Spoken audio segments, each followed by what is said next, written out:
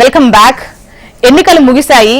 ఇక ఇచ్చినటువంటి హామీలు ఎప్పుడు అమలు చేస్తారు అన్న ప్రతిపక్ష నేతల డిమాండ్స్ మనం చూస్తున్నాం. ముఖ్యంగా రైతులకు సంబంధించి రుణమాఫీ కావచ్చు, అదే విధంగా ఇటు వడ్లకు బోనస్ ఏదైతే కొనేప్పుడు ఇచ్చేటువంటి అంశం కావచ్చు. అయితే ఇందులో సన్న వడ్ల దొడ్డు వడ్ల అన్నటువంటి దానికి సంబంధించి ఒక స్పష్టత అయితే కరువైనట్టు అనిపిస్తోంది. దీనికి సంబంధించి నిన్న బీఆర్ఎస్ రాష్ట్ర వ్యాప్త నిరసనలు చేశారు.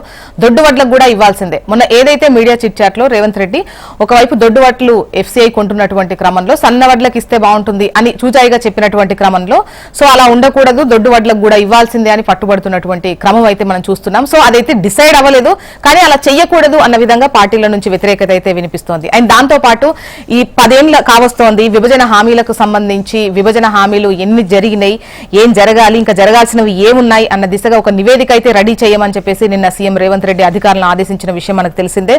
సో దానిపై కూడా డిస్కస్ చేద్దాం. మరోవైపు రాష్ట్రంలో భూముల ధరలకు రెక్కలు రాబోతున్నాయా అన్న చర్చ నడుస్తోంది. నిన్న వీటికి సంబంధించి ముఖ్యంగా క్రయ విక్రయాలకు సంబంధించి, మార్కెట్ విలువకు సంబంధించి చాలా తేడా ఉంది. వీటిని సవరించాలి, ప్రభుత్వ ఆదాయాన్ని క్రమంగా పెంచాలి అని చెప్పేసి అధికారులను ఆదేశించినట్టుగా మనకు కనిపిస్తోంది. సో వీటిపై డిస్కస్ చేద్దాం. గెస్టులు కూడా రెడీగా ఉన్నారు. డాక్టర్ రాకేష్ చిరుమల గారు బీఆర్ఎస్ సీనియర్ నాయకులు, అల్జాపూర్ శ్రీనివాస్ గారు బీజేపీ సీనియర్ నాయకులు, ఇందిరా శోభన్ గారు కాంగ్రెస్ అధికార ప్రతినిధి. నమస్తే అండి, వెల్కమ్ టు ద డిబేట్. నమస్కారం. నమస్తే అండి. ముందుగా రాకేష్ గారు మీతో స్టార్ట్ చేద్దాం. ఎందుకంటే నిన్న ఈ దొడ్డు వడ్లకు కూడా 500 ఇవ్వాలి అని చెప్పేసి నిరసన తెలియజేశారు. అయితే ఇప్పటి వరకు కాంగ్రెస్ నుంచి ఇవ్వము అని రాలేదు, అంటే అధికారికంగా ఏం చెప్పలేదు. కాకపోతే మరి ఎందుకు ఈలోపే ఇంత నిరసన, ఆందోళనలు? గుడ్ మార్నింగ్ అండి. గుడ్ మార్నింగ్ ప్యానల్ మెంబర్స్ కి, శ్రీనివాస్ గారికి, ఇందిరా గారికి, అదే విధంగా హెచ్ఎంటీవీ ప్రేక్షకులు నమస్తే. జ్యోత్స్న గారు, ఒక ప్రభుత్వం అంటే ఏ ప్రభుత్వం కానీ 5 సంవత్సరాలకు మనం ఎన్నుకోబడతాం. 5 సంవత్సరాల్లో మనకు వచ్చేటువంటి పంటలు ఒక 10 పంటలు కరెక్ట్ గా లెక్కేస్తాం. దాంట్లో ఆల్రెడీ 2 పంటలు అయిపోయినాయి, అంటే ఇంకా మిగిలిన 8 పంటలు మాత్రమే. ఈ 2 పంటలకు ఆల్రెడీ బోనస్ ఇవ్వలేదు, కనీసం కొనుగోలు కూడా చేయట్లేదు. మీరు ఎక్కడ చూసినా గానీ ఈ జిల్లాల వడ్లు తడిసిలేవు అని చెప్పేసి కన్నా గతంలో ఐకేపీ సెంటర్లు పెట్టేది, వెంటనే వడ్లని కొనుగోలు చేసేది, 2 రోజులలో పైసలు పడేది. ఇప్పటి వరకు అవి బోనస్ సంగతి పక్కన పెట్టి ఇంతవరకు కొనుగోలు చేయలేదు. నెక్స్ట్ వచ్చేసి ఏం చేశారు, కొన్ని వాళ్ళ దత్తపత్రికలతోటి, కొన్ని ఎల్లో పత్రికలతోటి ఏం చేశారు, సన్న వడ్లకు మాత్రమే ఇస్తామని చెప్పేసి. మీరు వడ్లు కొనేటప్పుడు 500 బోనస్ ఇస్తా అని చెప్పారు తప్పితే దొడ్డు వడ్లకి ఇస్తారా, సన్న వడ్లకి ఇస్తారా, అన్ని పంటలకు ఇస్తా అని చెప్పారు. మీరు పంట అనేది, వడ్లు అనేది పక్కన పెట్టి అన్ని పంటలు కొనుగోలు చేయాల్సింది రాష్ట్రంలో పండే పంట. కాబట్టి అది కొనుగోలు చేయకుండా ఆల్రెడీ ఇప్పటికే రైతులను నడిపించే కార్యక్రమం, రైతు బంధు ఫుల్ ఫ్లెడ్జ్ గా ఇంకా పడలేదు, కోతలు కూడా అయిపోయినాయి. అదేవిధంగా ఈ రోజు ఉన్నటువంటి ఏదైతే వడ్లు కొనుగోలు నడవట్లేదు, ఎక్కడ కూడా ఇంతవరకు ఎంత కొనుగోలు చేసిరు అనేది కూడా డిక్లేర్ చేయలేదు ప్రభుత్వం. మీరు వడ్లు ఎన్ని కొన్నారు, గత సీజన్ లో ఎన్ని కొనుగోలైనా, ఈ సీజన్ లో ఎన్ని కొనుగోలైనా, ఇప్పుడు ఈ క్రాప్ పీరియడ్ మొత్తంలో ఎన్ని కొనుగోలైనా చెప్పాలి కదా మేడం. వానాకాలం నుంచి ఎండాకాలం వరకు కదా, యాసంగి అంటే వానాకాలంలో ఎన్ని కొన్నారు, ఇప్పుడు ఎండాకాలంలో ఎన్ని కొన్నారు, ఈ 2 కూడా మేము ఇంత ధాన్యాన్ని ప్రొక్యూర్ చేసినామని చెప్పేసి డిక్లేర్ చేయాలి కదా, అది కూడా డిక్లేర్ చేయలేదు. కాబట్టి నేను ఏమంటున్నా అంటే, ఈ ప్రభుత్వం ఆల్రెడీ రుణమాఫీకి కూడా వాళ్ళు ఏమన్నారు, కార్పొరేషన్ పెడతామని అన్నారు. కార్పొరేషన్ ఎట్లా పెడతారు మేడం? కార్పొరేషన్ పెట్టే ఫెసిలిటీ లేదు, కార్పొరేషన్ పెట్టుకున్న లోన్ తీసుకున్న ఫెసిలిటీ లేదు. ఎందుకంటే ఏదైతే సెంట్రల్ గవర్నమెంట్ ఒక యాక్ట్ తీసుకొచ్చింది 293/3 అని చెప్పేసి ఒక యాక్ట్ ద్వారా ఏదైతే కార్పొరేషన్ లోన్ అని కూడా ఎఫ్ఆర్బిఎం పరిధిలోకి తీసుకొచ్చింది. ఎఫ్ఆర్బిఎం పరిధిలోకి తీసుకొచ్చినప్పుడు నువ్వు అసలు కార్పొరేషన్ పెట్టినా కానీ లోన్ ఎవరు ఇవ్వాలి, మళ్ళీ బ్యాంకులో ఇవ్వాలి. బ్యాంకులో ఎట్లా ఇస్తే ఎఫ్ఆర్బిఎం పరిధి లోపడే ఇస్తే కదా. కాబట్టి ఆ 2 లక్షల రుణమాఫీ కూడా జరగదు. దీనికి అన్నిటికీ ఏం చేస్తారంటే రేపు పొద్దుగల ఏది కూడా కేంద్రం ఒప్పుకోవట్లేదు అని చెప్పేసి కేంద్రం మీద నెట్టేసి వీటన్నిటి నుంచి తప్పుకోవడానికి ఎఫ్సిఐ కొనుగోలు చేసిన, ఎఫ్సిఐ డైరెక్ట్ కొనుగోలు చేయదు కదా. ఇప్పుడు మేము కూడా 10 ఏళ్ళు ఉన్నాం కదా, కొనుగోలు చేసింది రాష్ట్ర ప్రభుత్వమే కొనుగోలు చేస్తుంది. ఎఫ్సిఐ డైరెక్ట్ వచ్చి గ్రామాల తిరిగి కొనుగోలు చేయదు. ఐకేపీ సెంటర్లు పెట్టి మనం సివిల్ సప్లై కార్పొరేషన్ ద్వారా వడ్ల కొనుగోలు చేసి ఆ వడ్లను మనం ఎఫ్సిఐకి అందిస్తాం. ఎఫ్సిఐ ఏం తీసుకుంటే బియ్యం తీసుకుంటది, వడ్లు ఎక్కడ తీసుకోదు ఎఫ్సిఐ. కాబట్టి ఈ రోజు ఆ వడ్లకు మద్దతు ధర ఇవ్వకుండా, అంటే దానికి కనీసం మనం చూసినాం, మనం జనగాం మార్కెట్ లో 1500లకు, అది 2300 కింద పోవాల్సింది 1500లకు పోయింది. కాబట్టి నేనేమంటున్నా, రైతులను అడుగు, ఎలక్షన్లు అయిపోయినాయి, ఇప్పుడు ఓట్ల పండుగలు లేవు, ఓట్ల పంచాయతీలు కూడా లేవు. ఇప్పుడు చేయాల్సింది ఏంది, మీరు ఎలక్షన్లలో ఏవేవైతే హామీలు ఇచ్చారో అవి అమలు చేస్తూ గత ప్రభుత్వం అమలు చేసిన సంక్షేమ పథకాలన్నీ కూడా ముందుకు తీసుకుపోవాలి. కాబట్టి ఈ రోజు ఇప్పుడు ఇమీడియట్ గా జరగాల్సింది ఏంటంటే, నువ్వు 500 ఇస్తున్నావా ఇస్తలేవా అనేది పక్కన పెడితే ఉమ్, ధాన్యం ఏదైతే రోడ్ల మీద ఉన్నదో ఆల్రెడీ వాన తడుస్తుందో వాటన్నిటిని కొనుగోలు చేయాలి. ఎందుకంటే మనకు మాన్సూన్స్ కూడా జల్లి వస్తున్నాయని చెప్పేసి వాతావరణ శాఖ చెప్తుంది. ఉమ్, తద్వారా ఎఫెక్ట్ అవుతుంది. కాబట్టి వెంటనే రైతులను ఆదుకునే విధంగా ప్రభుత్వం చర్యలు చేపట్టాలి.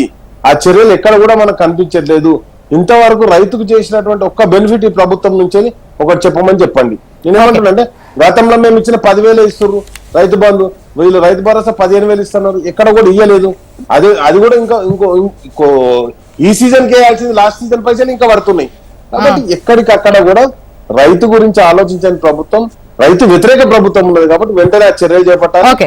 శ్రీనివాస్ గారు. ఇప్పటికైనా ధాన్యాన్ని కొనుగోలు చేయాలి. శ్రీనివాస్ గారు మీరేమంటారు? ధాన్యం కొనుగోలు అదే విధంగా ఇచ్చేటువంటి బోనస్ కు సంబంధించి ఏదైతే సన్న వడ్లు, దొడ్డు వడ్లు, దాంతో పాటు రుణమాఫీకి సంబంధించి చర్చ జరుగుతుందో మీ ఒపీనియన్ ఏంటి? వాస్తవంగా ఎన్నికల సందర్భంలో కాంగ్రెస్ పార్టీ మరీ ముఖ్యంగా రేవంత్ రెడ్డి గారు ఈ విషయాలు చాలా స్పష్టంగా చాలా యాక్టివ్ గా మాట్లాడినారు రైతుల్ని ఆదుకునే విషయంలో. మళ్ళీ వారి మేనిఫెస్టోలో కూడా రైతులకు ఆదుకుంటాం, లోన్లు మాఫీ చేస్తాం, అలాగే బోనస్ ఇస్తామని చెప్పేసి అప్పుడు సన్న దొడ్డు అనే మాట రాలేదు, ఆ ప్రకటనలో లేదు. ఇప్పుడు కొత్తగా డౌట్స్ వచ్చే విధంగా పేపర్లో లీకేజ్ ఇస్తా ఉన్నారు. ప్రభుత్వం అన్నది ప్రజల్ని ఆదుకోవడానికి ఉండాలి తప్ప ప్రజలతోని రాజకీయాలు చేస్తూ మీరు కాలయాపన చేసి మోసం చేసే ప్రయత్నం చేస్తా అంటే ఊరుకోరు. 5 మాసాల్లోనే ఇవాళ ఈ కాంగ్రెస్ ప్రభుత్వం పట్ల విశ్వాసం కోల్పోయినారు. ఇంతకుముందు సోదరుడు రాకేష్ గారు చెప్పినట్టుగా అస్తమానం ఈ ఇన్కమ్ పెంచుకోవడానికి లోన్లు తీసుకోవడం పరిష్కారం కాదు. ఈ రాష్ట్రంలో పర్ క్యాపిటల్ ఇన్కమ్ పెరగడానికి ఇక్కడ ఆలోచన చేయొచ్చు. ఇక్కడ అనేక మంది బ్యూరోక్రాట్స్ ఉన్నారు, వాళ్ళతో చర్చించాలి ఏ రకంగా ఈ రాష్ట్రంలో ఆర్థిక అభివృద్ధి సాధించవచ్చు, ఉన్న ప్రజల మీద బర్డన్, అడిషనల్ బర్డన్ పడకుండా ఏ రకంగా చేయొచ్చు అనే విషయం ప్లాన్ చేయొచ్చు. కానీ ఇవాళ పేపర్లు చూస్తాం మేము, భూముల యొక్క ధరలు పెంచి ఇన్కమ్ పెంచాలి. మీరు అంతకుముందు పెంచినప్పుడు కేసీఆర్ సర్కార్ పెంచినప్పుడు అప్పుడు మీరు వ్యతిరేకించినారు కదా. రీజనబుల్ గా ఉన్నటువంటి విషయాల మీద మీరు నిర్ణయం తీసుకోండి. కానీ ఆ ప్రభుత్వంలో కేవలం ఇన్కమ్ పెంచుకోవడానికై ఉదాహరణకు మద్యం ధరలు పెంచేసి ఆ ఇన్కమ్ పెరిగే ప్రయత్నం చేసినారే, దాన్ని వ్యతిరేకించినారు కదా. మరి ఆ వ్యతిరేకత కూడా మీరు అమలు చేసే అవకాశం వచ్చింది కదా. ఆనాడు మీరు వ్యతిరేకించిన అంశం మీద, మద్యం ధరల మీద మీరు ఇన్కమ్ తగ్గించుకోండి. ఇవాళ అబ్నార్మల్ గా పెంచి రాష్ట్ర ప్రజల యొక్క, పేద ప్రజల యొక్క జేబులు కొల్లగొడుతున్నారు అని చెప్పి ఆరోపించడం కదా అందరూ, మీరైనా మేమైనా. ఇవాళ మీకు అవకాశం. కానీ మీరేం చేస్తున్నారు? ఇప్పుడు మీరిచ్చిన మాటకు ఇంప్రాక్టికల్ గా ఉన్నటువంటి ప్రామిసెస్ కి కట్టుబడి అమలు చేసే ప్రయత్నంలో భాగంగా మళ్ళీ ప్రజల ప్రయత్నం చేస్తున్నారు, లేదా మన కేంద్రం మీద నెట్టు వేస్తా ఉన్నారు. ఎఫ్ఆర్బిఎం పరిధిలో రానటువంటి విషయంలో మీకు లోన్ వచ్చే అవకాశమే లేదు. ఆ లిమిట్ దాటిపోయిన తర్వాత 32,000 కోట్ల రూపాయలు ఒక్కటే అంశం లోన్ల మాఫీ 2 లక్షల చొప్పున. ఆనాడు December 9th అని చెప్పినారు. అదే ఒకే బటన్ తోని, సబ్మిట్ బటన్ తోనే మాఫీ చేస్తున్నా అని చెప్పినారు. ఏమైంది? ఇవాళ మళ్ళా 15 ఆగస్టు లోపల అంటా ఉన్నారు. దానికి మన కొత్తగా వచ్చింది ఏంటంటే ఎఫ్ఆర్బిఎం పరిధిలో ప్రతికూలత ఉన్నదనే విషయం. అప్పుడేమంటారు? కేంద్రం మీద నెట్టేస్తారు, కేంద్రం ఇస్తారు సపోర్ట్ అని చెప్పి. మీకు తెలుసు కదా రాష్ట్ర పరిస్థితి, ఆర్థిక పరిస్థితి ఏమున్నది, పిండి కొద్ది రొట్టె. జ్యోష్ఠ గారు, మన ఆర్థిక పరిస్థితి ఈ రాష్ట్రంలో ఇన్కమ్ ఎంత, కేంద్రం నుంచి వచ్చే వాటా 42% మేరకు అది ఎంత వస్తుంది, దీని తగ్గట్టుగా మనం ఏం ప్రామిస్ చేయొచ్చు, వెల్ఫేర్ కి ఎంత పర్సెంటేజ్ ఇవ్వాలి, డెవలప్మెంట్ కి ఎంత పర్సెంటేజ్ ఇవ్వాలి, ఆ యొక్క అడ్మినిస్ట్రేటివ్ ఎక్స్పెండిచర్స్ ఎంత కావాలి, ఇవన్నీ కూడా అంచనా లేకుండా మీరు ప్రామిస్ చేయడం కారణంగా 70,000 కోట్ల రూపాయలు ప్రామిసెస్ కారణంగా you cannot meet those expenditures. ఇది నేను చెప్పడం కాదు, భారతీయ జనతా పార్టీ చెప్పడం కాదు, సాక్షాత్తు సుప్రీంకోర్టు కూడా చెప్పింది. అబ్నార్మల్ గా మీరు ప్రామిసెస్ చేయకండి, మీ బడ్జెట్ రియలిస్టిక్ వేలో ఆలోచించండి, బడ్జెట్ ఉపయోగించండి. ఇవన్నీ కూడా ఆలోచిస్తున్నా. 5 months తర్వాత జ్యోష్ఠ గారు ఆశ్చర్యం వేస్తాయి. ఫస్ట్ టైం నిన్న మాట్లాడినారు, కూర్చున్నారు, రివ్యూ చేస్తాం, మాకు 5 మాసాలు రాజకీయాలకు పోయినాయి, ఇప్పటి నుంచి మేము పరిపాలన మొదలు పెడతామని. You are officially on record admitted that you are lapsed 5 months of పరిపాలన. ఏమన్నా చెప్పండి, మీకు సందేహం లేదు రాష్ట్రం. ఇప్పటికన్నా రాష్ట్ర ప్రభుత్వం, ప్రత్యేకించి ముఖ్యమంత్రి గారు రియలిస్టిక్ వేలో మీరు ఆలోచించి నిర్ణయాలు తీసుకొని ప్రజల బాటను పోయేకండి. ఓకే, ఇందిరా గారు రైతులు క్లారిటీ ఎక్స్పెక్ట్ చేస్తున్నారు. అంటే సన్న దొడ్డు రెండింటికి బోనస్ ఇస్తారా లేదా అనేది ఒకటి. మరోవైపు రుణమాఫీకి సంబంధించి రుణమాఫీ అనేది అంటే మీరు 15 ఆగస్టు లోపు క్లియర్ చేస్తాను అంటున్నారు, కానీ ఎక్కడి నుండి తెచ్చి క్లియర్ చేస్తారు అనేది ఒక క్వశ్చన్. ఈ రెండింటి పైన చెప్పండి. స్థానంలో ఉన్నటువంటి సోదరులకు నమస్కారం, అలాగే హెచ్ఎంటి ప్రేక్షకులకు. ఫస్ట్ ఆఫ్ ఆల్ మనము ఒకరిని నిందించేటప్పుడు, మాట్లాడేటప్పుడు గతంలో మనం ఏం చేశామనేది కూడా చాలా క్లియర్ గా ప్రజల ముందు ఉన్నది. అది నేను చెప్పినంత మాత్రాన ఆ అబద్ధము నిజం కాదు, నేను చెప్పినంత మాత్రాన నిజం అబద్ధం కాదు. అది గుర్తుపెట్టుకోవాల్సిన అవసరం అయితే ఉంది. రైతులని పూర్తిగా కంప్లీట్ గా ఇవాళ నష్టం చేసింది, మోసం చేసింది టిఆర్ఎస్ ప్రభుత్వం అన్నది గుర్తించుకోవాలి. ఎందుకు అనంటే రుణమాఫీ ఏకకాలం అని చెప్పింది మీరు. ఏకకాలం రుణమాఫీ చెప్పి చేశారా? చెయ్యలేదు. మీరు ఎలక్షన్ లో ముందు ఆగంలా కొద్ది మందికి చేస్తే అది కూడా ఏమైంది, 1,00,000 రూపాయలు రుణం తీసుకుంటే దాదాపు 60-70 వేల దాని వడ్డీ అయ్యింది. మీరు ఇచ్చినటువంటి డబ్బులు వడ్డీకే పోయినాయి. కాబట్టి దాంట్లో మీకు మాట్లాడే నైతిక హక్కు లేదు. ఇప్పుడు వచ్చినటువంటి మా ప్రభుత్వం ప్రజాపాలన ప్రభుత్వం, మన అందరి ప్రభుత్వం. దీనిని మీకు సాధ్యమైతే మంచి సలహాలు ఇవ్వండి, సూచనలు ఇవ్వండి. గత ప్రభుత్వంలో ఇలా తప్పులు దొరికాయి, దీనివల్ల నష్టం జరిగింది, ఇది సరిచేయడం కోసం ఈ ప్రభుత్వం రాజకీయాలు చేసే టైంలో రాజకీయాలు చేయాలి. కానీ ప్రభుత్వ పాలన వచ్చినప్పుడు ప్రజల పక్షాన, ప్రజల కోసం మనం ఏం చేస్తామని చెప్పాల్సినటువంటి అవసరం ఉంది. కాబట్టి ఇవాళ జరిగినటువంటి దాంట్లో దాదాపు ఇంకా 14 లక్షల మంది రైతులకి 9 కోట్ల రూపాయలు రుణమాఫీ చేయాల్సిన అవసరం ఉంది. దీనిని మేము ఆగస్టు 15 వరకు చేస్తామని చెప్తున్నారు. ఎందుకు చేయలేకపోయాము అనే దానికి ఇవాళ చాలా సార్లు ముఖ్యమంత్రి గారు చెప్పారు ఉన్నటువంటి. ఎందుకంటే ఎక్కడ ఏముంది, ఎలా ఉంది, ఏంటి ఇవంతా మనం చేసుకునే వరకే ఏమంటారు ఎలక్షన్ కోడ్ వచ్చింది. వీటి వల్ల మనం కొన్ని చేయలేకపోయినాం. తప్పకుండా ఎలక్షన్ కోడ్ అయిపోయిన తర్వాత 15 ఆగస్టు లోపు చేస్తామని చెప్తున్నారు. కొంచెం రైతులకు సహనం ఉంది, కానీ రాజకీయ నాయకులకు అంటే పదవులు కోల్పోయిన రాజకీయ నాయకులకు సహనం లేదన్నది మనకు అర్థమవుతుంది. రెండో విషయం, ఇవాళ పంటకు ఎక్కడా కూడా ఏమంటారు మన వీటిని ఏమంటారు కొనుగోలుకు సంబంధించినటువంటి ఐకేపీ సెంటర్లు లేవు అని చెప్తున్నారు. 7,654 ఐకేపీ సెంటర్లు ఇవాళ మీకన్నా ముందుగానే త్వరితగతంగానే సెంటర్లు ఓపెన్ చేశారు, కొనుగోలు చేశారు. ఎక్కడా కూడా ఆ పరిస్థితి లేదన్నది గమనించాలి. అక్కడే కూడా 1-2 ఇష్యూస్ జరిగి ఉండొచ్చు, నేను కాదన్ను. కానీ అంత మాత్రం అసలు ఏమి జరగలేదని చెప్పడం అన్నది సరి అయినది కాదు. ఇవాళ పడ్డటువంటి వర్షానికి కూడా నిన్న ముఖ్యమంత్రి గారు మొన్న ఎలక్షన్ అయిపోయింది, మొన్నటి నుంచి ఆయన రివ్యూ మొదలు పెట్టినారు.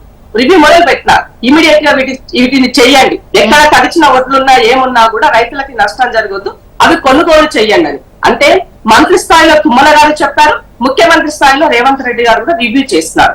ఇవాళ ఐకేపీ సెంటర్లకు మీ వల్ల మీరు చేసినటువంటి దాంట్లో ఐకేపీ సెంటర్ల కొనుగోలు డబ్బులు ఇంకా ఐకేపీ సెంటర్లకు ఇవ్వలేదండి. ఎందుకు ఈ మాట చెప్తున్నానంటే నేను రీసెంట్ గా కల్లకుర్తిలో వర్క్ చేసినప్పుడు ఐకేపీ సెంటర్స్ నడిపినటువంటి సోదరి మళ్ళీ వచ్చారు అక్కడికి.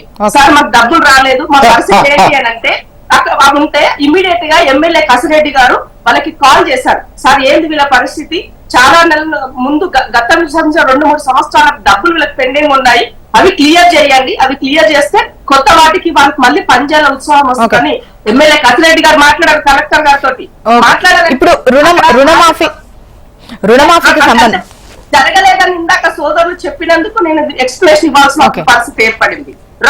రుణమాఫీ 100% ఎక్కడి నుంచి తెస్తారు, ఎలా తెస్తారు అన్నది ప్రభుత్వ వ్యవహారం అండి. ఇప్పుడు అంటే వీళ్ళకంటూ ఖచ్చితంగా ఇప్పుడు ప్రభుత్వం దగ్గర డబ్బు అంత లేదు, లంక బిందెలు అనుకున్నాం ఏం లేదంటున్నది మీరే. మరోవైపు గతంలోనే ఇంకొక 1 year అలాంటి కట్టాల్సిన అమౌంట్ రాష్ట్రం పైన అప్పు ఉంది. ఈ కార్పొరేషన్ అప్పులు కావచ్చు, గ్యారంటీ అప్పులు కావచ్చు, ఇవన్నీ కూడా FRBM పరిధిలోకి తీసుకొచ్చి 4 ఏళ్లకు డివైడ్ చేశారు.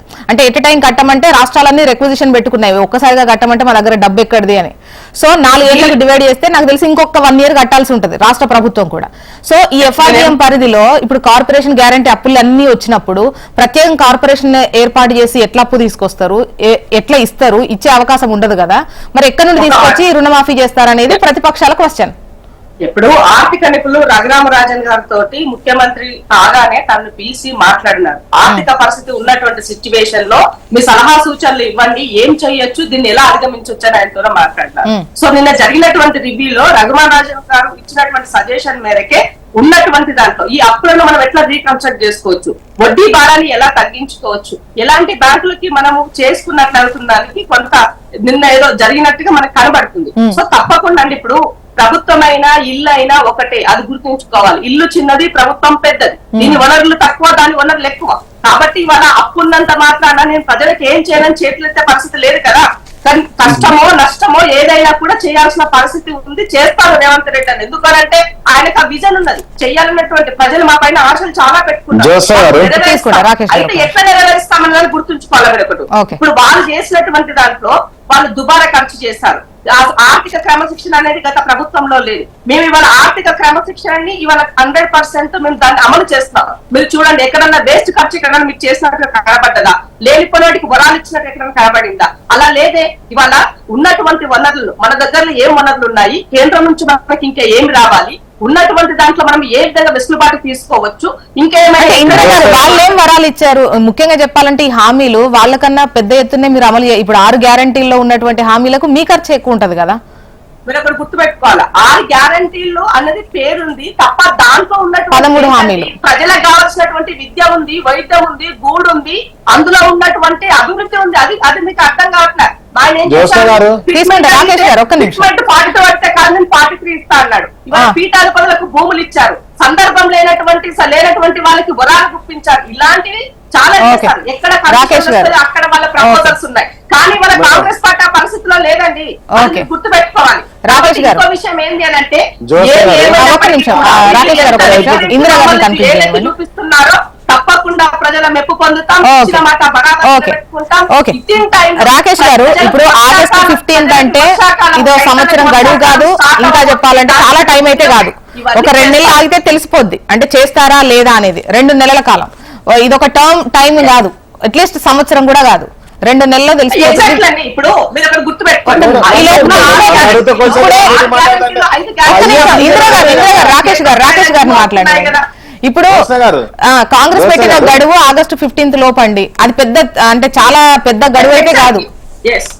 రైట్ మేడం జ్యోత్స్న గారు, నేను ఏమంటున్నా అంటే గడువు కాంగ్రెస్ పార్టీ పెట్టిందా, ఎవరు పెట్టినారనే సమస్య కాదు. వాళ్ళే గడువు పెట్టుకుంటారు, వాళ్ళే గీతం అల్పేసుకుంటారు. 9వ తారీఖు అని మీరు నేను గడువు పెట్టలే కదా. ఇప్పుడు మీరు అడిగిన ప్రశ్నలు ఏంది, సూటి ప్రశ్నలు. 5 years విజన్ అడగాలి ఇందిరాగారిని, అంటే కాంగ్రెస్ పార్టీని ఈ రోజు ఒక్క రోజులో 5 years విజన్ చెప్పమనిలే. మీరు అడిగిన సూటి ప్రశ్నలు 2. సూటి ప్రశ్నకే మాట్లాడాల్సే విన్నాం కదా, అధికారం ఉన్నారు కదా. నేనేమంటా అంటే మీరు అడిగిన సూటి ప్రశ్న ఏంది, వడ్లకు 2 పంటలు వెళ్ళినాయి, 500 రూపాయలు బోనస్ ఇచ్చి కొనరా అని అడిగిర్రు, చెప్పలేదు. నెంబర్ 1. నెంబర్ 2, రైతు రుణమాఫీ చేయడానికి ఏదైతే మీరు రుణమాఫీ చేయనో 2 లక్షల రుణమాఫీ 9వ తారీఖు నాడు చేస్తా అన్నారు, చేయలేదు. ఇప్పటికి 15వ తారీఖు అంటారు, చేస్తారా చేయరా అని అడిగారు. ఆ పైసలు ఎట్లా తీస్తారని అడిగారు. జ్యోత్స్న గారు మీరు అడిగిన 2వ క్వశ్చన్ కదా. 2. 3వది ఏంటంటే ఐకేపీ సెంటర్లు పెట్టిరు, ఐకేపీ సెంటర్లతో ధాన్యం కొనుగోలు చేస్తారని 7,000 పెట్టినా 70,000 పెట్టిరని అడగలే. ఇప్పటి వరకు నేను అడిగిన క్వశ్చన్ ఏంది, సూటి ప్రశ్న. గతంలో 2 సీజన్లకు కలిపి 3 కోట్ల మెట్రిక్ టన్నుల 3 కోట్ల మెట్రిక్ టన్నుల ధాన్యాన్ని, వరి ధాన్యాన్ని కొనుగోలు చేసినాం. ఈ రోజు ఎంత ధాన్యాన్ని 2 సీజన్ల కలిపి కొనుగోలు చేసిర్రు, ఎన్ని ఐకేపీ సెంటర్లు పెట్టిరు కాదు.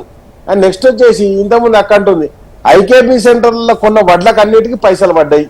నేనేమంటున్నానంటే ఒకటే అడుగుతున్నాం, గతంలో ఉన్నటువంటి ఐకేపీ సెంటర్లతో ఎందుకు కొనుగోలు చేస్తలేరు? కొత్తగా మీరు పెట్టడానికి ఎస్టాబ్లిష్ చేయడానికి ఏం అవసరం లేదు, గతంలో ఉన్న ఐకేపీ సెంటర్లో కొనసాగించి సరిపోతుంది. నెంబర్ 1. నెంబర్ 2, ధాన్యాన్ని ఇప్పటికి కూడా ఎందుకు కొనుగోలు చేస్తలేదు? ఇప్పుడు మన విజువల్స్ స్పష్టంగా కనిపిస్తున్నాయి, వడ్లన్నీ కూడా తడిచిపోయినాయి, మొలకెత్తినాయని కనిపిస్తున్నాయి. 2 అంశాలు. ఈ 2 ప్రశ్నలకు ఇక్కడ కూడా సమాధానం ఉండాలి, ఒక అంశం. 3వ అంశం ఏంది, గతంలో ఈ రాష్ట్రాన్ని తాగుబోతు రాష్ట్రంగా చేస్తున్నామని చెప్పేసి అన్నటువంటి ఇల్లే ఈ రోజు మళ్ళీ ఈ సంవత్సరం లిక్కర్ సేల్ అయితే పెరిగింది కదా, అంటే వీళ్ళు అంతకంటే డబుల్ చేస్తుర్రా? బెల్ట్ షాపులన్నీ తీసేస్తామని ఇప్పుడు ఏం పెట్టుకున్నారు వీళ్ళు రివ్యూ? 2021 కరోనా కంటే ముందు ఒక్కసారి భూముల వాల్యూ రివ్యూ చేయాల్సి వచ్చింది. ఇంతకుముందు శ్రీనివాస్ గారు చెప్పినట్టుగా ఇప్పుడు ఏంటంటే ప్రజల దగ్గర నుంచి ఎట్లా పైసలు విండుకోవాలని చెప్పేసి కాంగ్రెస్ పార్టీ ఆలోచిస్తుంది. సెంట్రల్ గవర్నమెంట్ కు ట్యాక్స్ ఎట్లా కట్టాలని చెప్పి సెంట్రల్ కాంగ్రెస్ పార్టీకి ట్యాక్స్ ఎట్లా కట్టాలని ఆలోచిస్తుంది తప్పితే ఎక్కడ ఇంతవరకు వీళ్ళు చెప్పినటువంటి హామీలలో కానీ వీళ్ళు చెప్పినటువంటి మాటల్లో కానీ ప్రజా సంక్షేమము లేకపోతే రైతు సంక్షేమం ఎక్కడైనా కనిపించిందా? అండ్ నెక్స్ట్ ఇప్పటి కూడా ఏమంటారు, మేము హామీ తప్పకుండా ఇవ్వండి, మేము వద్దంటలేము. ఆ హామీలు నిలబెట్టుకోమనే కదా రైతుల పక్షాన పోరాటం చేస్తుంది. మేము 500 బోనస్ గురించి కాదు ఇలా జరిగినటువంటి పోరాటం. ఫస్ట్ ఈరోజు ధాన్యం అంతా తడుస్తుంది, మొలకొస్తుంది. ఆ ధాన్యం ఎవరు కొంటారు చెప్పుర్రి? నేనేమంటారు, కొనుగోలు చేస్తామంటారు, ఎవరు కొంటలేరు. కొనేది ఉండేంటే రోడ్ల మీద ఎందుకుంటే ఐకేపీ సెంటర్ నేనేమంటున్నానంటే మొత్తం కూడా ఈ రోజు 2 పంటల పరిస్థితి ఈ విధంగా ఉంటే రైతు రుణమాఫీ అనేది ఆ విధంగా మీరే అడిగారు స్పష్టంగా FRBM పరిధిలోకి రాకుండా. అండ్ నెక్స్ట్ వచ్చేసి మీరు చెప్పినటువంటి 2,500 రూపాయలు ఇంకా ఏది మహిళలకు ఇంటింటికి 2,500 రూపాయల పద్ధతి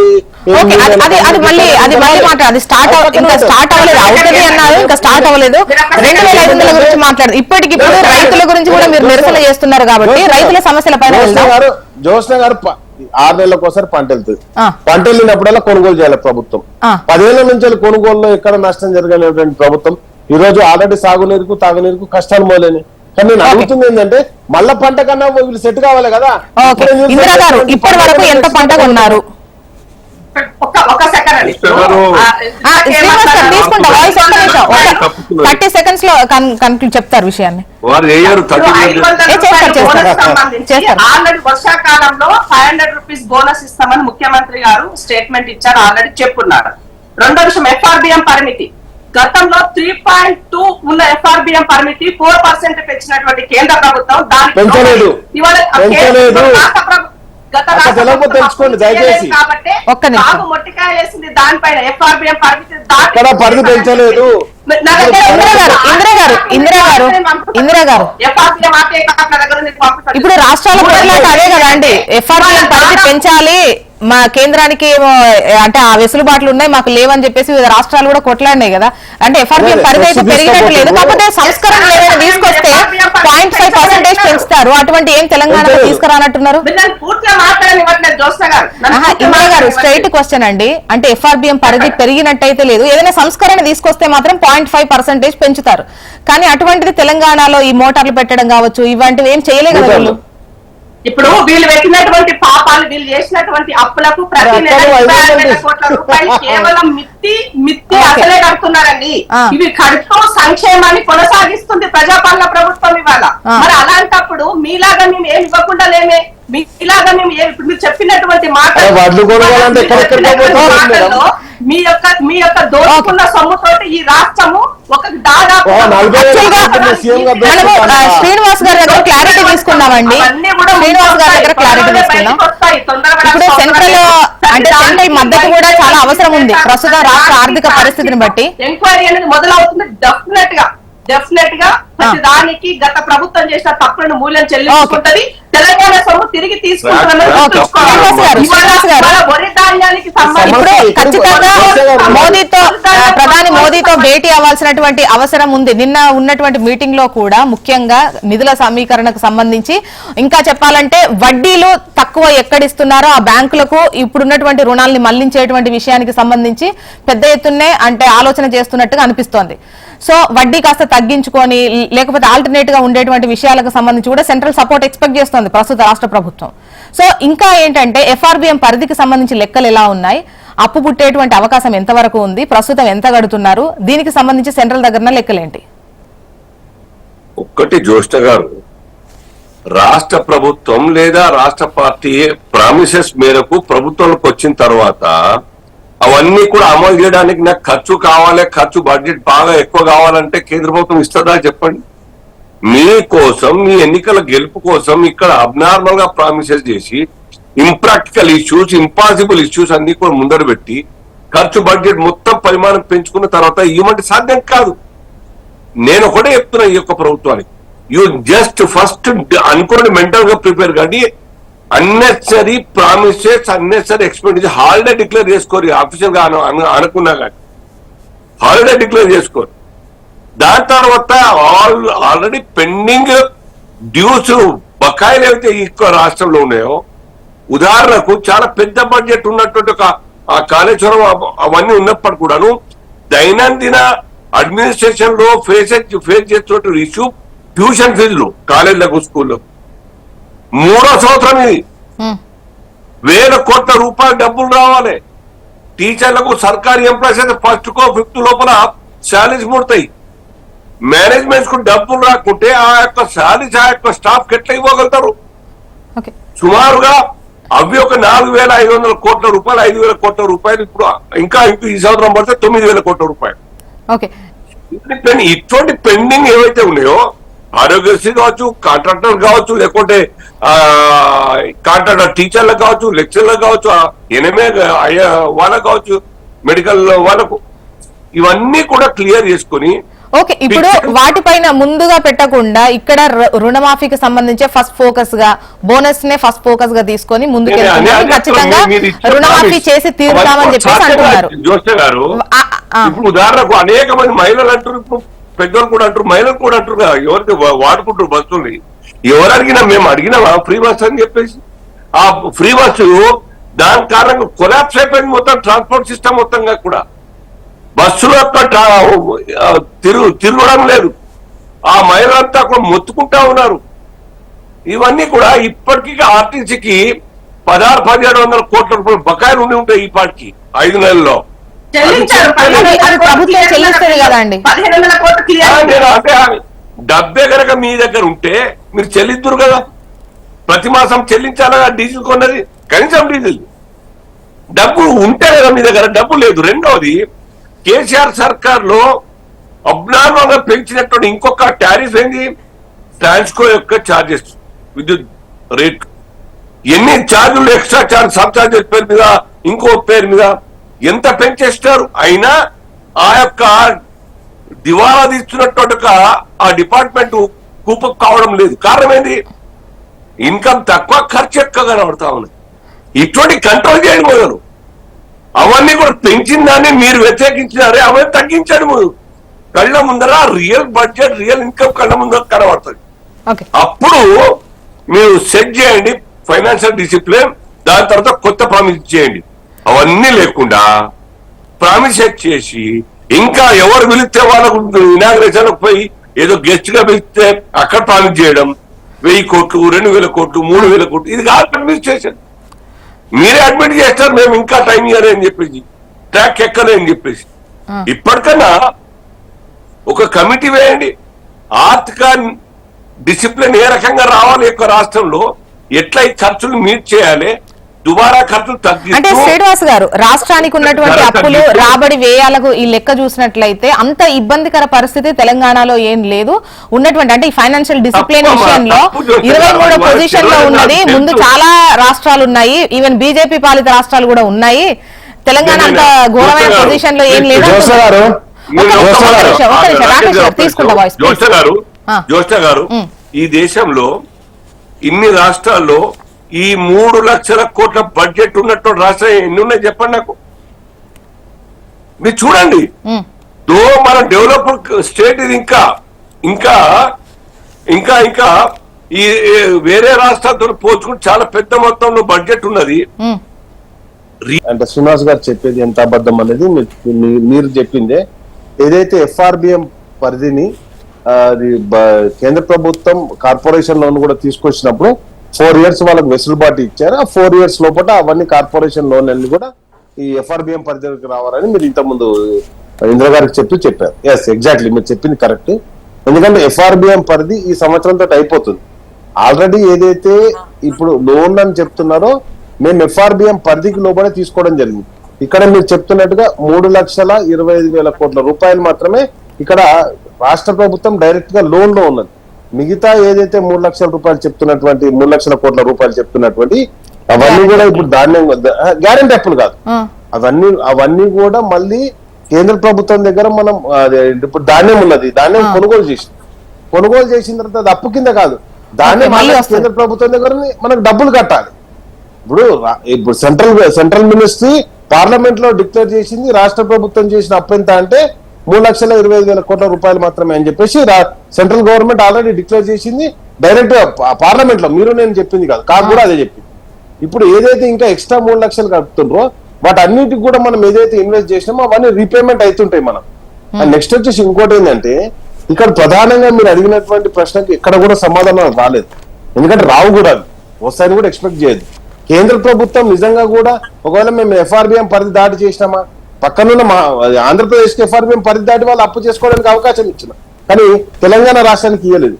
ఈ రోజు ఆల్రెడీ ఓడి తీసుకొని 20,000 కోట్ల రూపాయలు ఈ 5 నెలల కాలంలో రాష్ట్ర ప్రభుత్వం అప్పు చేసింది. వాటికి ఏ విధంగా చేసింది అనేది రాష్ట్ర ప్రభుత్వం అన్నప్పుడు నడపడానికి కంపల్సరీ తీసుకోవాల్సింది. కానీ ఇక్కడ మనం చెప్తుంది ఏంటంటే మీరు ఏవేవైతే ప్రామిసులు చేశారో, ఏవేవైతే హామీలు అమలు చేస్తారని చెప్పారు. ఇప్పుడు ఎన్ని హామీల గురించి అవన్నీ వద్దు మేడం. మీరు అన్నట్టుగా 4,000 పెంచిన 2,500 ఇవన్నీ అడగట్లేదు. మేము అడుగుతున్న సూటి ప్రశ్న ఏంటంటే, ఇప్పుడు మీ విజువల్స్ లో కనిపిస్తున్నటువంటి సూటి ప్రశ్న ఏంటంటే, ధాన్యం కొనుగోలు చేయాలి వెంటనే, అది ఎందుకు కొనుగోలు కావట్లేదు? అండ్ నెక్స్ట్ వచ్చేసి ఇప్పటి వరకు రాష్ట్ర ప్రభుత్వం నిన్న ఏది మన అంటే రాకేష్ గారు కొనుగోళ్లు జరుగుతున్నాయి కానీ ఎక్కడో 2-3 చోట్ల జరిగిన వాటిని మీరు హైలైట్ చేస్తూ కావాలని ప్రభుత్వం మేడం మీ ద్వారా హెచ్ఎంటి ద్వారా నేను అడిగినటువంటి సూటి ప్రశ్న ఏంటంటే, ఇప్పటి వరకు ఎంత ధాన్యం గతం, ఇప్పుడు సీజన్ కదా భూమి వేరు కదా, లేకపోతే ఆ ధాన్యం అయితే తగ్గదు కదా మేడం. నేనేమంటున్నా అంటే ఎంత ధాన్యం కొనుగోలు చేసిరు? నేను వ్యవసాయ శాఖ మంత్రి పెట్టినా, సీఎం గారు పెట్టినా, అదైతే లెక్కలైతే డిక్లేర్ చేయాలి కదా. అంటే డిక్లేర్ చేయలేదు అంటే వాళ్ళు కొనుగోలు చేయలేదు, కొనుగోలు జరగట్లేదు. ఇదే కదా మనం చెప్పేది. నేను ఎందుకంటున్నా అంటే 3 కోట్ల మెట్రిక్ టన్నుల ధాన్యం కొనుగోలు చేసినటువంటి ఈ రాష్ట్ర ప్రభుత్వం ఈ రోజు ఎన్ని కోట్ల మెట్రిక్ టన్నుల ధాన్యాన్ని కొనుగోలు చేసింది 2 సీజన్లు కలిపి? ఆల్రెడీ సీజన్ అయిపోతుంది కదా, ఇప్పటికి కూడా డిక్లేర్ చేయకపోతే 500 బోనస్ దేవుడెరుగు, కనీస మద్దతు ధర దొరుకుతలేదు. కాబట్టి ఇవన్నీ కూడా ఇప్పుడు ఇమ్మీడియట్ గా పరిష్కరించాల్సిన సమస్యలు. అండ్ నెక్స్ట్ వచ్చేసి 15వ తారీఖు కూడా దూరం లేదు, తప్పకుండా అందరం వెయిట్ చేయాల్సింది. రాష్ట్ర ప్రభుత్వం హామీ ఇచ్చినప్పుడు అమలు నెరవేర్స్తేనే అనుకోవాలి. ఎందుకంటే 9వ తారీఖు నాటి ఇస్తామన్నారు, 9వ తారీఖు కాలేదు, దాని మీద సంతకం కాలేదు. ఇప్పుడు 15వ తారీఖు చెప్పారు, 15వ తారీఖు అయితే చూడాలి. ఎందుకంటే మేడం ఒకసారి ఎలక్షన్లు అయిపోయిన తర్వాత ప్రభుత్వాలు అంటే పార్టీలుగా ఆలోచించదు, మనం ప్రజల పక్షాన్ని ఆలోచించాలి. ప్రతిపక్షంగా మా పాత్ర ఏముంటదంటే ప్రభుత్వం ఇచ్చిన హామీలు అమలు చేపియాలి. అదే విధంగా అంటే రాకేష్ గారు ఈవెన్ ప్రభుత్వం కూడా అదే చెప్తోంది. ఇప్పటి వరకు ఎన్నికల కోడ్ ఎంత హడావిడిలో ఉండుంటే అందుకే అవ్వలేదు. ఇప్పుడు బ్యాంకర్స్ తో సమీక్ష నిర్వహిస్తున్నాం, బ్యాంక్స్ తో నా టైఅప్ అదేదో చేసుకుని ఖచ్చితంగా చేస్తామని కరాఖండిగా చెప్తున్నారు. ఆ తర్వాత మాట్లాడమంటున్నారు ప్రతిపక్షాలను. అదే మేడం నేను ఏమంటున్నా అంటే అది దాన్ని మాట్లాడలేదు మేడం. ఏది రైతు రుణమాఫీ కూడా వాళ్ళు ఎప్పుడు చేస్తారో చెప్పమని చెప్పారు. ఆగస్ట్ 15. ఇప్పుడు ఇమీడియట్ గా ఉన్నది ఏంటంటే మీకు ఎల్ఐటీఏ 10 పంటలు, దాంట్లో 2 పంటలకు మీరు బోనస్ ఇవ్వలేదు. బోనస్ ఏ వాటికి ఇస్తారో చెప్పలేదు. ఇప్పుడు ఇందిరా గారు కూడా స్పష్టంగా చెప్పలేకపోతున్నారు. మధ్యలో మాట్లాడు కదా మాట్లాడారు. నేను మధ్యలో ఎక్కడ మాట్లాడా నీకు?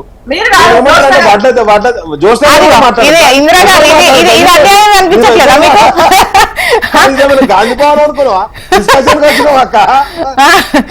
డిస్కషన్ లో పవర్ వచ్చేసి మీరు ఎవరు మాట్లాడతానే కాడికి వచ్చేసారు మీరు. చెప్పండి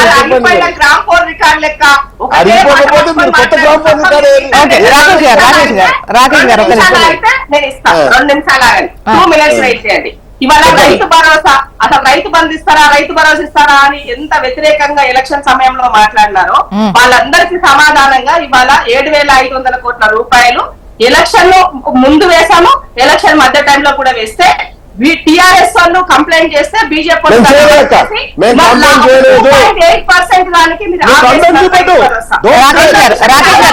రాకేష్ గారు రాకేష్ గారు 10,000 రూపాయలు నష్టపరిహారాన్ని ఈ ప్రభుత్వం రేవంత్ అన్న ప్రభుత్వం అందించింది.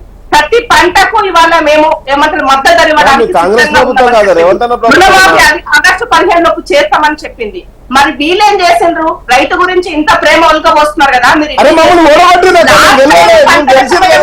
రాకేష్ గారు కళ్ళల్లో చెప్పేసి ప్రతి కళ్ళం ప్రతి జిల్లా నేను తిరిగిన తడిచిన ధాన్యాన్ని కొనుగోలు చేయకుండా వాళ్ళు ఆగమైనటువంటి రైతులను నేను పలకరించి నేను తిరిగిన. రెండో విషయం, మీరు పత్తి రైతుకి మద్దతు ధర ఎక్కడ మీరు ప్రకటించలేదు.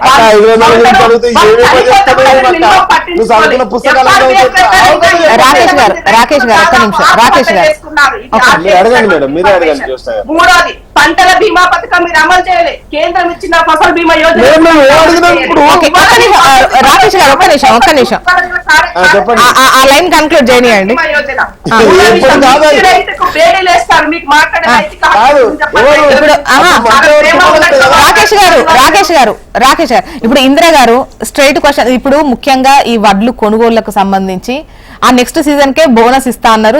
వచ్చే సీజన్ నుంచి బోనస్ వస్తుంది. అయితే ఆ బోనస్ ఎవరికి ఇస్తారు, ఇప్పటి వరకు ఎంత పంట కొన్నారు అనేది అక్కడ వాళ్ళు ఎక్స్పెక్ట్ చేస్తున్న ఆన్సర్.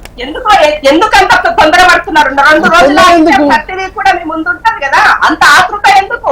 మీరేదో కాదక్క. బాగా చూసినట్టు రైతులను ప్రేమగా ఏమని మోర్చిండు? ఒక్క రైతు ఆత్మహత్య మేము పోతేనే కదా. రాకేష్ గారు ఇద్దరు ఒకేసారి మాట్లాడితే జనాలకి ప్లీజ్ దయచేసి. పేరుకు ఇప్పుడు పొడిపించుకోవడానికి వచ్చినారు. ఇచ్చి వదిలేస్తారు రైతు బీమాకు సంబంధించి. మేడం, నేను ఒక్కటే చెప్తున్నాను జ్యోత్స్న గారు, ఇందిరా గారు చెప్పిన దాంట్లో నేను విభేదించేది ఒకటే. రైతు బంధు అనే ఇష్యూ ఉంటే ఎలక్షన్ మేము ఎక్కడ కూడా కంప్లైంట్ చేయలేదు. కంప్లైంట్ ఉంటే చూపెట్టమని చెప్పండి. Number 1. Number 2, Rythu Bandhu Election Commission ఎందుకు ఆపేస్తున్నారు? 1 మినిట్ ఆగా, కానీ తెలియకపోతే తెలుసుకో ఫస్ట్. నేను చెప్పేది నువ్వు, రైతు బంధును రైతు భరోసా అని వేసినందుకు కొత్త పథకాన్ని అమలు చేయొద్దని ఎలక్షన్ కమిషన్ ఆబ్జెక్షన్ చేసింది తప్పితే నేను చెప్పింది కూడా ఏంటి స్పష్టంగా. మాకు మా నాయకుడు కేసీఆర్ గారు బస్ యాత్ర స్టార్ట్ చేయగానే మళ్ళా రైతు బంధు పడుతుంది అని చెప్పేసి చెప్పిన తప్పితే మీరు రైతు బంధు పేరు రైతు భరోసా ఎప్పుడైతుంది? 15,000 వేసినప్పుడు రైతు భరోసా అవుతుంది. రైతు భరోసా కాదు కదా, అది రైతు బంధే కదా, మా పథకమే కదా. ఇప్పుడు ఆరోగ్యశ్రీ పేరు మార్చినామా, ఫీజు రియంబర్స్మెంట్ పేరు మార్చినామా? నేనేమంటానంటే మేడం జ్యోత్స్న గారు, ఒక పథకాన్ని అమలు చేసేటప్పుడు ఆ పథకం పేరు మీరు మార్చుకోండి. మీరు దానికి ఇంకా యాడ్ చేసుకున్నప్పుడు మార్చుకోండి. ఇప్పుడు ఆరోగ్యశ్రీ పథకం ఉంది, మేము ఏమైనా పేరు మార్చినాం మేడం? అదే కొనసాగించిన 10 ఏళ్ళు. రైతు బంధు పేరు మీరు మార్చుకుంటారు, రైతు భరోసా మార్చుకొని మీరు ఎప్పుడైతే దాని మెసేజ్ పోయిందో దానికి మేము అసలు ఎక్కడ కంప్లైంట్ చేయలేదు మేడం. కంప్లైంట్ ఉండేదంటే ఐఎమ్ రెడీ టు, నేను అసలు ఇంకోసారి టీవీ డిస్కషన్ లో కూడా రాజకీయాల్లో కూడా ఉంది. మేము కంప్లైంట్ చేసిన ఇందిరా గారు దానికి కట్టుబడి ఉంటుంది చెప్పమని. ఒక్క మాట, ఇప్పుడు వీళ్ళు ఎన్ని మాట్లాడుతున్నారు కదా, లాస్ట్ టైం రైతు భరోసాకి అరే ఇచ్చిన నువ్వు దాంట్లో ఇప్పుడు రాకేష్ గారు ఇద్దరు ఒకేసారి మాట్లాడితే జనాలకు అర్థం కాదు. ప్లీజ్ దయచేసి కొన్న వడ్ల గురించి చెప్పు, చెప్పండి. కొన్న వడ్లతో సహా లాస్ట్ టైం మీరు కొనుగోలు చేసే సందర్భంలో ఒక సంచికి 5 కిలోల తరుగు తీస్తుందని చెప్పేసి రైతు మిల్లర్లు మొత్తం దోచుకుంటున్నారని చెప్పేసి రైతులు రోడ్ ఎక్కితే కూడా కనీసం ఎందుకు ఇలా జరుగుతుందని కూడా ఒక రివ్యూ కూడా మీకు చెయ్యాలి. మీకు మాట్లాడే నైతిక చెప్పండి. మీరు నాకు మాట్లాడే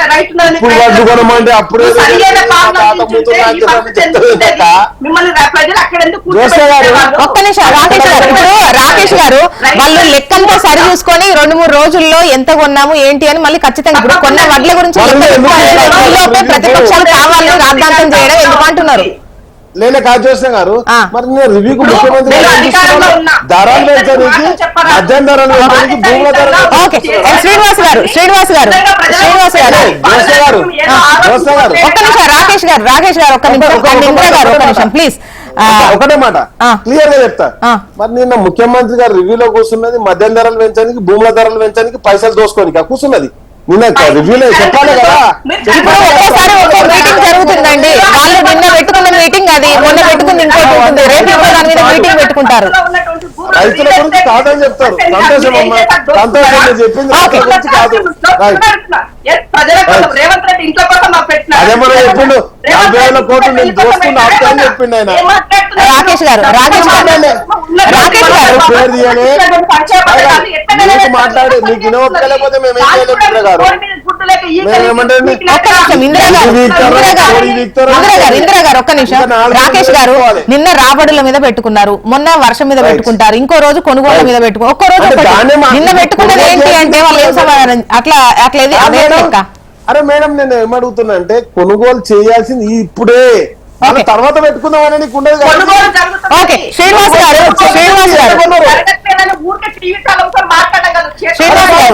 ఈ వడ్డీ ఇందిరా గారు ఒక్క నిమిషం. ఇందిరా గారు ఎక్కడ ఓట్లకు తడుస్తున్నాయి?